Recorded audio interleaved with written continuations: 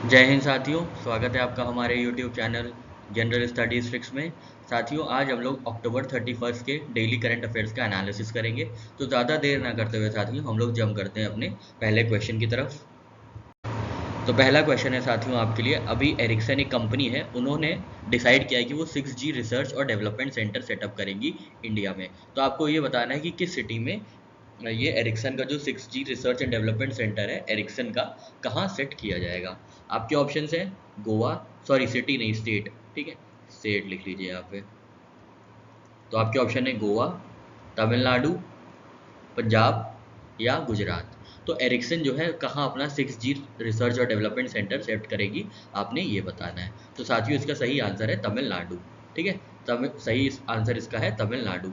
तो ये जो भी है इसका प्रोनाउंसिएशन हम तो नहीं कर पाएंगे। Telefonaktiebolaget LM Ericsson, commonly known as Ericsson, जो कि स्वीडिश टेलीकम्युनिकेशन कंपनी है, उन्होंने अनाउंस किया है कि 6G research and development centre setup किया जाएगा। कहाँ? चेन्नई तमिलनाडु में, ठीक है साथियों। चेन्नई तमिलनाडु में ये सेट किया जाएगा, ठीक है। तो ध्यान दीजिएगा कहाँ पे सेट किया जाएगा 6G research and development centre, Chennai में, ठीक है। चेन्नई तमिलनाडु में कौन सेट करेगा? एरिक्सन, ठीक है। तो याद रखिएगा सन को 6G के बिना चैन नहीं है, ठीक है। 6G के बिना चैन नहीं है, ठीक है। चैन नहीं है, ठीक है, चैन नहीं है, ठीक है। सन से याद रखिएगा एरिक्सन, 6G से याद रखिएगा 6G R&D centre, research and development centre, और चेन्नई है से चेन्नई, ठीक है। तो अगर आपसे पूछेगा चेन्नई में कौन सेट कर रहा है 6G रिसर्च का, तो आप बता देंगे कि चैन किसको नहीं है साथियों, तो सन को नहीं है, मतलब एरिक्सन सेट कर रही है। अभी यहाँ पे पूछा गया एरिक्सन कहाँ सेट कर रहा है, तो सैन को क्या नहीं है, चैन नहीं है, तो चेन्नई में सेट कर रहा है। और आपसे पूछा जाएगा एरिक्सन चेन्नई में एक प्लांट सेटअप कर रही है किस चीज़ के लिए, तो आप याद रखेंगे सन को किस चीज़ के बिना चैन नहीं है, 6G के बिना चैन नहीं है, ठीक है साथियों। तो हम लोग ने तीनों डायमेंशन यहाँ पे कवर कर लिए हैं। आपको कहीं से भी किसी तरीके से पूछेगा तो आप कॉन्फिडेंट होके इसका जवाब दे सकते हैं 100% एक्यूरेसी के साथ, ठीक है साथियों। चलिए बढ़ते हैं अपने नेक्स्ट क्वेश्चन की ओर। नेक्स्ट क्वेश्चन है साथियों, इनमें से आपको बताना है कि कौन सा बैंक है जिन्होंने वाया अमेरिकास कॉरपोरेशन के साथ साइन किया है, कोलैबोरेशन, स्ट्रैटेजिक कोलैबोरेशन किया है डिजिटल इनवर्ड रेमिटेंस ऑफर करने के लिए, जो भी एनआरआईज है यूएस में, ठीक है। तो आपको बताना है किस बैंक ने वाया अमेरिकास कॉरपोरेशन के साथ स्ट्रैटेजिक कोलैबोरेशन किया है रेमिटेंस के लिए, जो किसके रेमिटेंस के लिए, ऑब्वियसली एनआरआईज रेमिट करेंगे जो भी यूएसए में है। तो आपको बताना है किस बैंक ने किया है, ठीक है। तो आपके ऑप्शन है साथियों इंडसलैंड बैंक ने, कोटक महिंद्रा बैंक ने, एसबीआई बैंक ने या इंडियन बैंक ने। तो साथियों इसका सही आंसर है इंडसलैंड बैंक, ठीक है। तो इंडसलैंड बैंक ने अनाउंस किया है strategic collaboration with Via Americas corporation to offer digital inward remittance services to NRIs in USA, ठीक है। तो कैसे याद रखेंगे, इंदू जो है एनआरआई है, ठीक है। इंदू जो है अमेरिका की एनआरआई है, ठीक है, अमेरिका में एनआरआई है, तो अमेरिका से याद रखेंगे अमेरिकास, ठीक है। तो इंदू जो है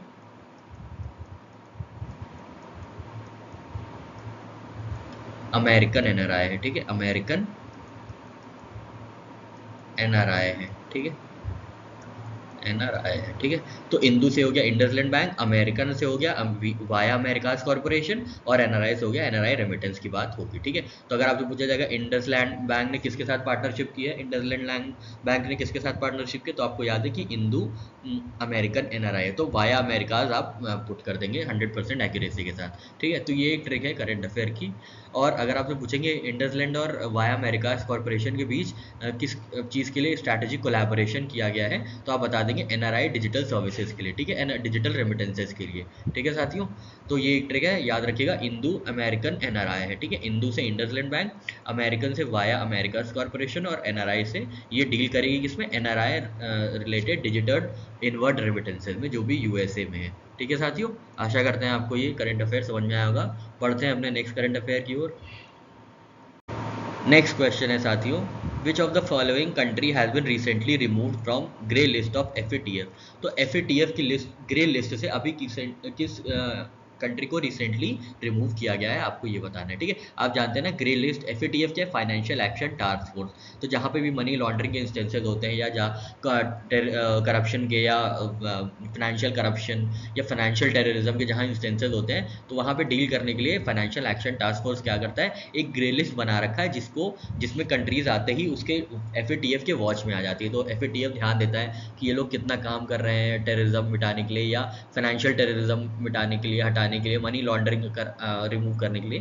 तो इसी को कहते हैं ग्रे लिस्ट ऑफ FATF, ठीक है। तो FATF क्या है, फाइनेंशियल एक्शन टास्क फोर्स है, जो कि मनी लॉन्ड्रिंग को रिमूव करने के लिए ऑर्गेनाइज या सेटअप किया गया है, ठीक है। तो आपको बताना है कौन ग्रे लिस्ट से किस कंट्री को अभी रिमूव कर दिया गया है।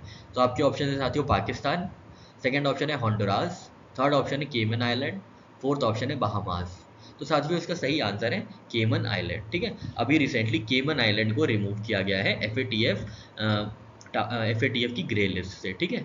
Jurisdictions under increase monitoring. तो क्या होता है, जो भी ग्रे लिस्ट में आता है उनकी मॉनिटरिंग बढ़ जाती है, ठीक है। वो कहाँ पैसे खर्च कर रहे हैं, उनके यहाँ कहाँ से पैसे आ रहे हैं, कितना पैसा जा रहा है, आउटवर्ड कितना हो रहा है, इनवर्ड कितना हो रहा है। तो ये सब चीज़ें हैं जिसमें ध्यान दिया जाता है ग्रे लिस्ट वाली कंट्रीज के ऊपर, ठीक है।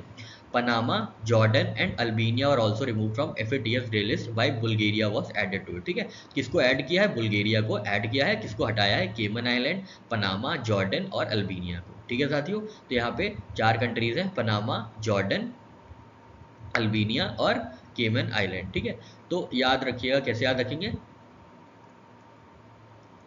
जाप कर रहा था, जाप जानते ना वो मंत्र जाप कर रहा था मैन FATF से हटने के लिए, ठीक है। जाप कर रहा था मैन FATF से हटने के लिए, FATF से हटने के लिए, ठीक है। FATF से हटने के लिए कौन जाप कर रहा था, मैन जाप कर रहा था। जाप कैसे याद रखेंगे, J से जॉर्डन, A से अल्बेनिया और P से पानामा और मैन से केमन, ठीक है। ये ट्रिक है, ध्यान दीजिएगा। जाप कर रहा था मैन FATF से हटने का, इसलिए उसको हटा दिया गया है, ठीक है। जाप कर रहा था, जाप मंत्र जाप, ठीक है। जाप कर रहा था JAP। तो J से जॉर्डन है साथियों, A से अल्बेनिया है और P से पानामा है और मैन से केमन आइलैंड है, ठीक है साथियों। आशा करते हैं आपको ये ट्रिक पसंद आई होगी। अगली ट्रिक देखते हैं कि कौन सा इंक्लूड किया गया है। बहुत बल लगाया फिर भी FATF में इंक्लूड कर लिया, ठीक है। बल लगाया फिर भी FATF में इंक्लूड कर लिया, FATF में इंक्लूड हो गए हैं, ठीक है। FATF की ग्रे लिस्ट में आ गए हैं बहुत बल लगाने पर भी। बल से याद रखिएगा बल्गेरिया, ठीक है, बल्गेरिया।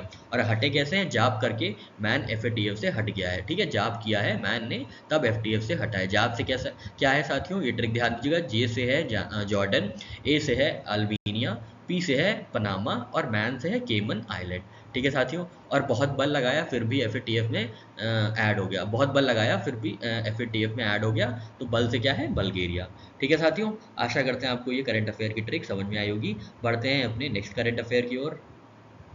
नेक्स्ट क्वेश्चन है साथियों, इनमें से कौन सी इंस्टीट्यूशन है जिसको रिकॉग्नाइज किया गया है as 2023 Mahatma awards for corporate social responsibility excellence in communities initiatives. तो किसको महात्मा अवार्ड दिया गया है for CSR in community initiatives. तो आपके ऑप्शन है साथियों UST को, येस बैंक को, महिंद्रा को या टाटा को।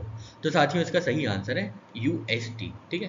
तो UST which is a leading digital transformation solutions company has been recognized by 2023 Mahatma awards for CSR excellence in community initiatives for sustainable and impactful contributions to CSR in such as education, health, livelihood etcetera, ठीक है। तो महात्मा awards किसको मिला है, UST को। तो कैसे याद रखेंगे, मस्ट, ठीक है, मस्ट, CSR इज मस्ट, ठीक है, CSR इज मस्ट, ठीक है। मस्ट से क्या याद रखेंगे, M से जो है महात्मा अवार्ड है, M से महात्मा अवार्ड और UST से जो UST एक डिजिटल ट्रांसफॉर्मेशन सोल्यूशन कंपनी है, ठीक है। तो UST हो गया, ठीक है साथियों। कैसे याद रखेंगे, ये ट्रिक है, ध्यान दीजिएगा। CSR इज मस्ट, ठीक है, MUST, ठीक है। UST से तो कंपनी ही है, M से हो गए महात्मा जी अवार्ड्स, ठीक है, महात्मा अवार्ड्स, और CSR से मतलब CSR से रिलेटेड ये महात्मा अवार्ड्स दिया जाता है, ठीक है। एक बार फिर से देख लेते हैं करंट अफेयर की ये ट्रिक साथियों। CSR इज मस्ट से कैसे याद रखेंगे, CSR अवार्ड में जो महात्मा अवार्ड्स हैं, M से महात्मा अवार्ड्स है, वो किसको मिला है, UST को मिला है, ठीक है साथियों। आशा करते हैं आपको ये करंट अफेयर की ट्रिक पसंद आई होगी। बढ़ते हैं नेक्स्ट करंट अफेयर की ओर। नेक्स्ट क्वेश्चन है साथियों, as per notifications of CBIC how much GST is to be levied on guarantees by promotions to their subsidiaries prospectively. ठीक है, तो अभी नोटिफिकेशन आया है central bank of indirect taxes and customs का, जिसके अनुसार जीएसटी लगाया जाएगा जो भी कंपनीज गारंटीज देंगी अपनी सब्सिडरीज के लिए। तो आपको यही बताना है कितना परसेंट जीएसटी लगेगा उन गारंटीज पे जो भी कॉरपोरेशन देंगी अपनी सब्सिडरीज के लिए। ठीक है, तो आपके ऑप्शन है साथियों 5%, 0%, 18% या 28%। तो साथियों इसका सही आंसर है 18%। ठीक है, 18% जो है लेवी किया जाएगा S G S T. 18% will be levied on 1% of total income guaranteed by parent company. ठीक है, 18% ऑफ 1% ऑफ टोटल अमाउंट। ठीक है, 18% will be levied on 1% of total amount. ठीक है साथियों, आशा करते हैं आपको समझ में आया होगा। मतलब मान लीजिए 100 रुपये है, उसका 1% कितना हुआ, 1 रुपये।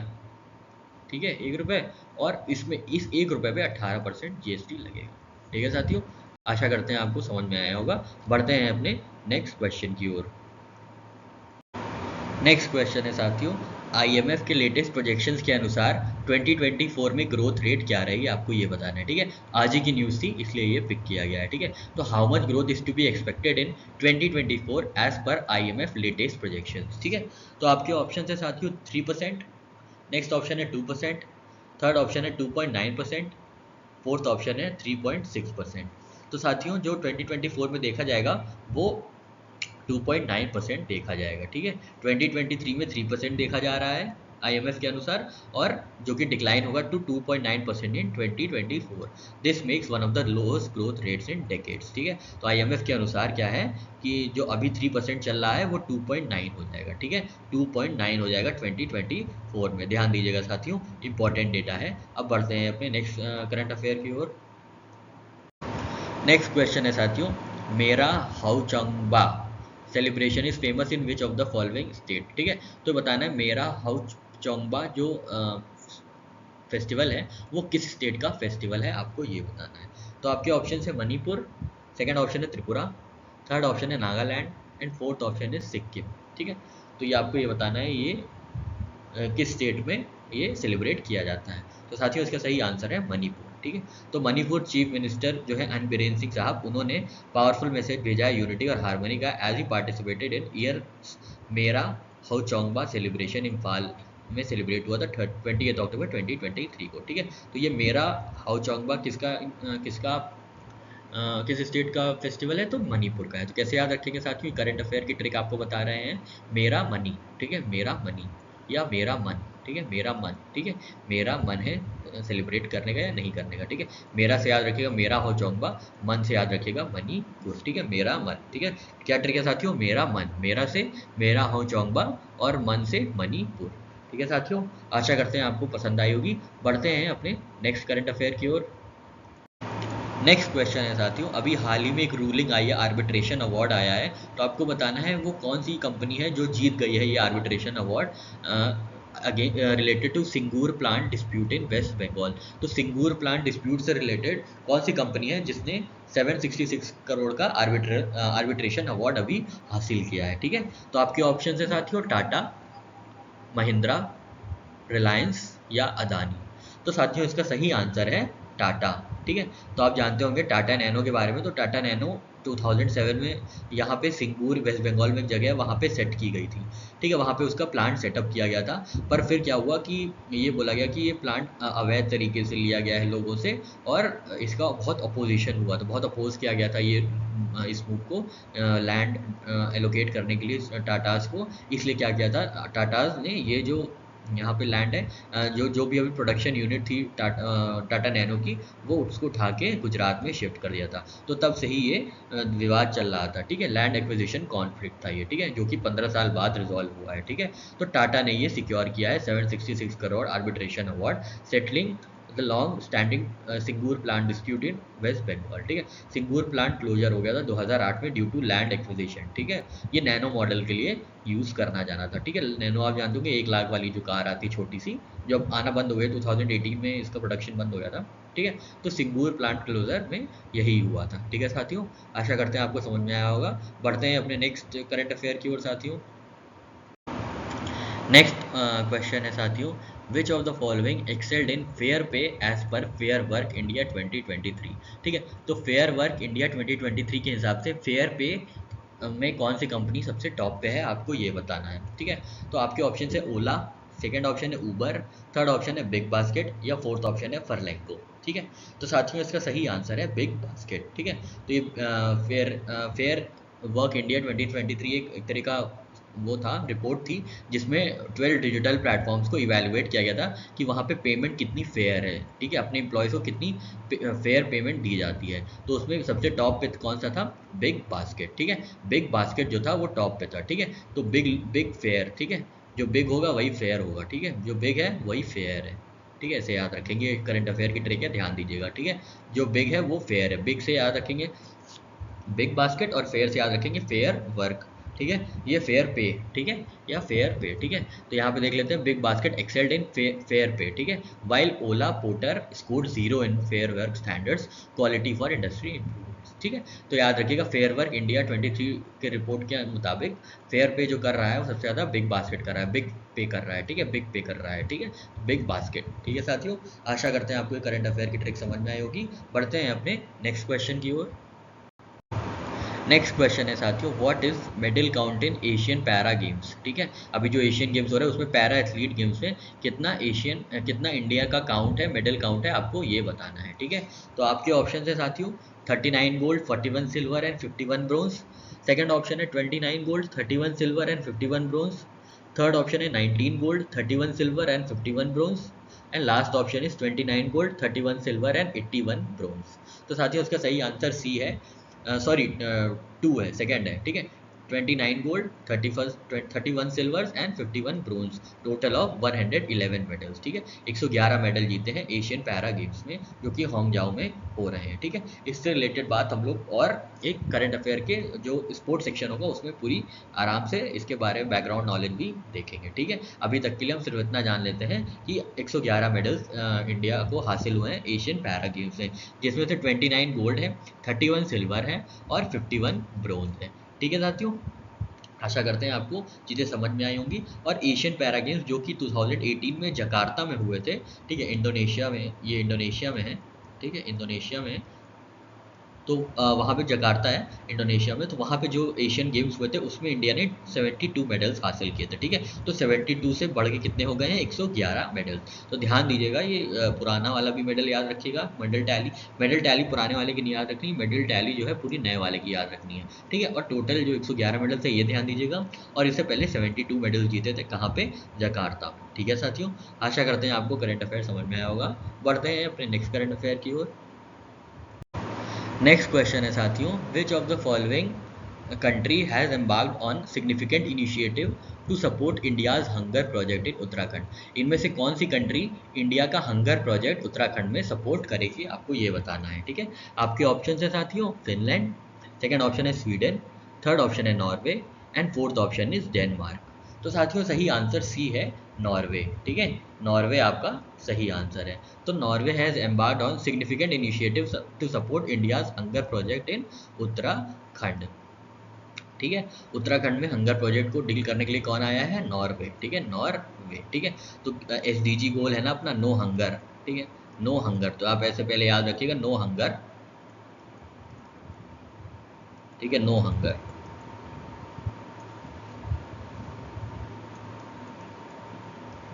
इन उत्तर। ठीक है, तो उत्तर में नो हंगर, उत्तर मतलब नॉर्थ में नो हंगर, ऐसे याद रखिएगा। ठीक है, नो हंगर इन उत्तर, उत्तर दिशा याद रख सकते हैं, नो हंगर इन उत्तर दिशा। ठीक है, नो हंगर इन उत्तर दिशा, नो हंगर, नो से याद रखिएगा नॉर्वे, ये करंट अफेयर की ट्रिक है साथियों, ध्यान दीजिएगा। नो हंगर मतलब नो से याद रखिएगा नॉर्वे, हंगर से याद रखिएगा hunger project, no hunger in उत्तर दिशा मतलब उत्तर से मतलब याद रखिएगा उत्तराखंड। ठीक है, उत्तर प्रदेश नहीं है, उत्तराखंड है। ठीक है, ध्यान दीजिएगा, उत्तराखंड है। ठीक है साथियों, फिर से एक बार देख लेते हैं, नो हंगर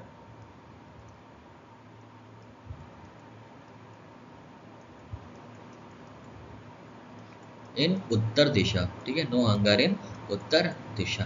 ठीक है, नो हंगर इन उत्तर दिशा। ठीक है साथियों, क्या है, नो हंगर इन उत्तर दिशा, ठीक है। नो से याद रखिएगा नॉर्वे, हंगर से याद रखिएगा हंगर प्रोजेक्ट, और उत्तर दिशा मतलब उत्तर प्रदेश, ना कि, और सॉरी उत्तराखंड, ना कि उत्तर प्रदेश, ठीक है साथियों।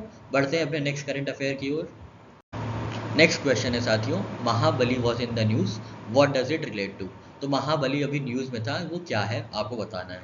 तो आपको पहला ऑप्शन है शिप वेसल है, सेकेंड ऑप्शन है रिलीजियस गैदरिंग है, थर्ड ऑप्शन है रॉकेट लॉन्चर है, ठीक है, रॉकेट लॉन्चर, लॉन्च्ड नहीं, ठीक है, रॉकेट लॉन्चर है, एंड लास्ट ऑप्शन इज की एआई टूल है।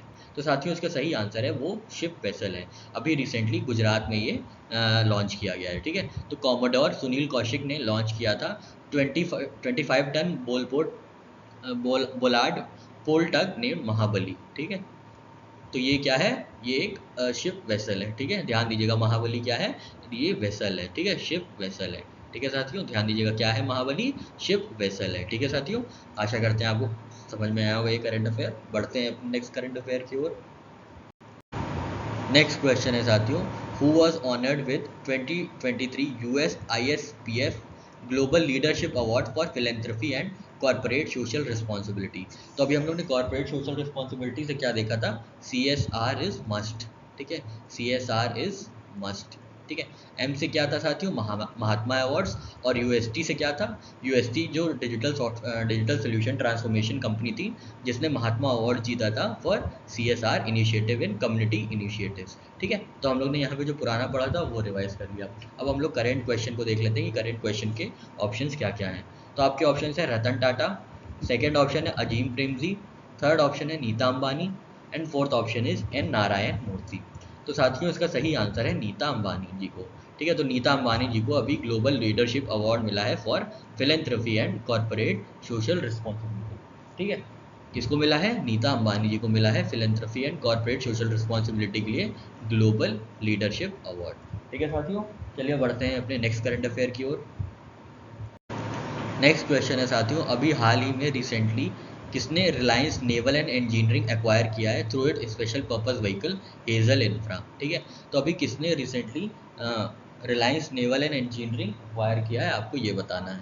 तो आपके ऑप्शंस हैं सारांश एनर्जी, सेकेंड ऑप्शन है पिक एनर्जी, थर्ड ऑप्शन है स्वान एनर्जी, और फोर्थ ऑप्शन है L&T एनर्जी, ठीक है साथियों। तो साथियों इसका सही आंसर है स्वान एनर्जी, ठीक है, option C is the right answer, Swan Energy, ठीक है। तो स्वान एनर्जी जो कि मुंबई बेस्ड कंग्लोमरेट है, उन्होंने एक्वायर किया है Reliance naval and engineering through it special purpose vehicle hazel infra, ठीक है। तो स्वान एनर्जी ने जो है रिलायंस नेवल को एक्वायर किया है, ठीक है, स्वान एनर्जी ने एक्वायर किया है, ठीक है, स्वान एनर्जी ने रिलायंस नेवल को एक्वायर किया है, स्वान ने रिलायंस को एक्वायर किया है, ठीक है साथियों। आशा करते हैं आपको ये करंट अफेयर समझ में आया होगा। बढ़ते हैं अपने नेक्स्ट करंट अफेयर की ओर साथियों। नेक्स्ट क्वेश्चन है साथियों, अभी हाल ही में बैजनाथ अग्रवाल जी का निधन हो गया, इनकी डेथ हो गई रिसेंटली, ही पास अवे। तो आपको ये बताना है किस फील्ड से ये रिलेटेड थे, ठीक है, किस फील्ड से ये रिलेटेड थे बैजनाथ अग्रवाल जी। आपके ऑप्शंस हैं दैनिक जागरण के एडिटर थे, या पॉलिटिशियन थे, या गोकुल धाम के मेंबर थे, या गीता प्रेस गोरखपुर से रिलेटेड थे।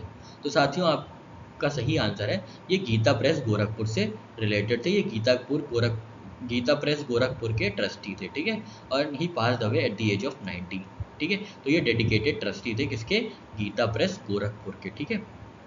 कौन, बैजनाथ अग्रवाल साहब, ठीक है, बैजनाथ अग्रवाल साहब गीता प्रेस गोरखपुर के ट्रस्टी थे, ठीक है। बैजनाथ अग्रवाल साहब जो थे वो क्या थे, गीता प्रेस गोरखपुर के ट्रस्टी थे, ठीक है। गीता प्रेस गोरखपुर को इससे पहले कौन सा अवार्ड मिला था, गांधी पीस प्राइज का अवार्ड मिला था, ठीक है, गांधी पीस प्राइज का अवार्ड मिला था। और गीता प्रेस गोरखपुर आप जानते हैं किस लिए होगी, आप कभी स्टेशन पे वो जो दुकानें रहती हैं, जो बुक स्टॉल्स रहते हैं, उसमें पक्का आपने देखा होगा भगवत गीता जरूर रहती है, ठीक है, श्रीमद् भागवत गीता रहती है, और वो कहाँ से छपी होती है, तो वो गीता प्रेस गोरखपुर से छपी होती है, ठीक है। बहुत ही प्रोमिनेंट एक ये पब्लिशिंग कंपनी है, ठीक है, जो 1923 में फॉर्म हुई थी, गीता प्रेस गोरखपुर, ठीक है।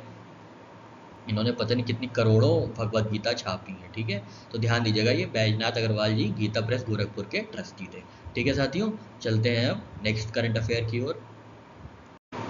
नेक्स्ट क्वेश्चन है साथियों, AU स्मॉल फाइनेंस बैंक के साथ कौन सा स्मॉल फाइनेंस बैंक मर्ज कर दिया जाएगा फ्रॉम February 1, 2024। ठीक है, तो AU स्मॉल फाइनेंस बैंक के साथ किस स्मॉल फाइनेंस बैंक को मर्ज कर दिया जाएगा, आपको ये बताना है। आपके ऑप्शन है Fincare small finance bank, Airtel small finance bank, इंडीबी स्मॉल फाइनेंस बैंक या बंधन स्मॉल फाइनेंस बैंक। तो साथियों इसका सही आंसर है फिनकेयर स्मॉल फाइनेंस बैंक। ठीक है, तो फिनकेयर स्मॉल फाइनेंस बैंक और AU स्मॉल फाइनेंस बैंक जो है मर्ज हो जाएंगे। ठीक है, मर्ज हो जाएंगे। ठीक है, कौन कौन से, फिनकेयर और AU। ठीक है, फिनकेयर स्मॉल फाइनेंस बैंक और AU स्मॉल बैंक। ठीक है, तो याद रखिएगा फाउ, ऐसे याद रखिएगा, इसका और कोई निमोनिक बन नहीं पा रहा था, तो फाउ या तो AUF याद कर सकते हैं, ऑफ, तो जो भी आप समझ पाए ऐसे याद कर लीजिएगा। फाउ जो है फाउ स्मॉल फाइनेंस बैंक। ठीक है, फाउ। ठीक है, F से याद रखिएगा फिनकेयर और AU से AU स्मॉल फाइनेंस बैंक। ठीक है साथियों, बढ़ते हैं अपने नेक्स्ट करंट अफेयर की ओर। नेक्स्ट क्वेश्चन इंपॉर्टेंट है साथियों, देखिएगा।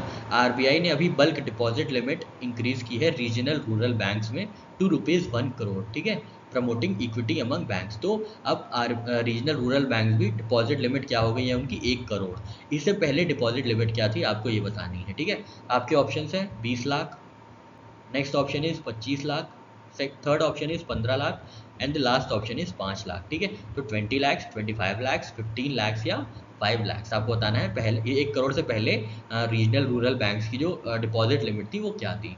तो साथियों इसका सही आंसर है 15 लाख। ठीक है, RBI ने जो डिपॉजिट लिमिट है वो 15 लाख से बढ़ा के कर दी है 1 करोड़ रुपए इन रीजनल रूरल बैंक्स RRBs में। ये लिमिट बढ़ा दी गई है 15 लाख से 1 करोड़ कर दी गई है। ठीक है, 15 लाख से कितनी कर दी गई है, 1 करोड़ कर दी गई है। ठीक है साथियों, 15 लाख से 1 करोड़ कर दी गई है रीजनल रूरल बैंक्स में। कहाँ पे, रीजनल रूरल बैंक्स में। ठीक है, ध्यान दीजिएगा, रीजनल रूरल बैंक्स में। चलिए बढ़ते हैं अपने नेक्स्ट करंट अफेयर की ओर। साथ ही साथ RBI ने ये भी डायरेक्टिव निकाला है कि प्री मैच्योर विड्रॉल भी हो सकता है। तो प्री मैच्योर विड्रॉल की अमाउंट क्या है, आपको ये बताना है। आज उसी जो RRB में डिपॉजिट लिमिट बढ़ी थी उसी के साथ विड्रॉल लिमिट भी बढ़ा दी गई थी। तो आपको ये बताना है कि विड्रॉल लिमिट अब कितनी कर दी गई है। तो आपके ऑप्शन है 1.5 करोड़, 2 करोड़, 1 करोड़ या 50 लाख। तो साथियों आपका सही आंसर इसमें है 1 करोड़। ठीक है, 1 करोड़ तक की जो है प्रीमेच्योर विड्रॉल हो सकता है। ठीक है, डिपॉजिट्स का। ठीक है, ऑल टर्म डिपॉजिट्स का कब तक हो सकता, कितने तक हो सकता है, 1 करोड़ तक का। ठीक है, pre mature withdrawal term deposits का 1 करोड़ तक हो सकता है। इससे पहले कितनी लिमिट थी, 15 लाख। ठीक है, दोनों में लिमिट वही है। ठीक है, दोनों में जो क्वांटम लिमिट है वो वही है, 15 लाख और 1 करोड़। ठीक है, वहाँ पे डिपॉजिट लिमिट 15 लाख से 1 करोड़ की गई है। यहाँ पे टर्म डिपॉजिट की जो प्री मैच्योर विड्रॉल है उसको किया गया है 15 लाख से 1 करोड़। ठीक है साथियों, आशा करते हैं आपको सारी चीज़ें समझ में आ गई होंगी। बढ़ते हैं अपने नेक्स्ट करंट अफेयर की ओर साथियों। अभी हाल ही में विजन इंडिया 2047 लॉन्च किया गया था, जो कि एक कॉम्प्रिहेंसिव प्लान है to propel India to $30 trillion economy. ठीक है, तो $30 ट्रिलियन इकोनॉमी इंडिया को बनना है, लेकिन कब तक बनना है आपको ये बताना है। As per vision India 2047। ठीक है, 2040 विजन इंडिया 2047 के मुताबिक इंडिया 30 ट्रिलियन इकोनॉमी कब तक बन पाएगी या कब तक होना चाहिए, आपको ये बताना है। आपके ऑप्शन हैं 2030, सेकेंड ऑप्शन है 2035, थर्ड ऑप्शन है 2040 एंड लास्ट ऑप्शन इज 2047। तो साथियों इसका सही आंसर क्वेश्चन में ही है 2047। ठीक है, 2047 इज द राइट आंसर। तो विजन इंडिया @2047 ये कॉम्प्रिहेंसिव प्लान है, उसके मुताबिक $30 ट्रिलियन इकोनॉमी इंडिया कब तक बन पाएगी, 2047 तक। और उसकी पर कैपिटा इनकम क्या होगी फिर, 18,000 से $20,000 तक। ठीक है, 18,000 से $27,000 तक। ठीक है, तब तक पर कैपिटा इनकम ये हो जाएगी $30 ट्रिलियन इकोनॉमी में बाय 2047। ठीक है साथियों, पूरे तीनों डेटा इंपॉर्टेंट है, ध्यान दीजिएगा। $30 ट्रिलियन इकोनॉमी कब तक, बाय 2047, और उस समय की पर कैपिटा इनकम क्या होगी, $18,000 टू $20,000। ठीक है साथियों, आशा करते हैं आपको ये सारा करंट अफेयर्स अच्छा लगा होगा। यहाँ पे हमारा ये सेशन समाप्त होता है। आज के लिए इतनी ही न्यूज़ थी। हम लोग कल फिर मिलेंगे कॉम्प्रिहेंसिव न्यूज़ के साथ, और जल्द ही आपको पूरे अक्टूबर का जो भी करंट अफेयर हम लोग ने पढ़ा है उसका एक कंपाइलेशन मिल जाएगा वीडियो के फॉर्म में, जो फुल ऑफ ट्रिक्स होगा, फुल ऑफ टिप्स होगा। ठीक है, परेशान होने की ज़रूरत नहीं है आपको, कल परसों तक में डेफिनेटली वो एक कॉम्प्रिहेंसिव वीडियो मिल जाएगा। वीडियो लंबा होगा पर क्योंकि उसमें बहुत ढेर सारी ट्रिक्स हैं, समझाया गया है, इसलिए वीडियो लंबा होगा। ठीक है साथियों, तो हम लोग कल अपने नए वीडियो के साथ मिलेंगे 1 नवंबर के डेली करंट अफेयर्स के साथ। तब तक के लिए साथियों, जय हिंद, जय भारत।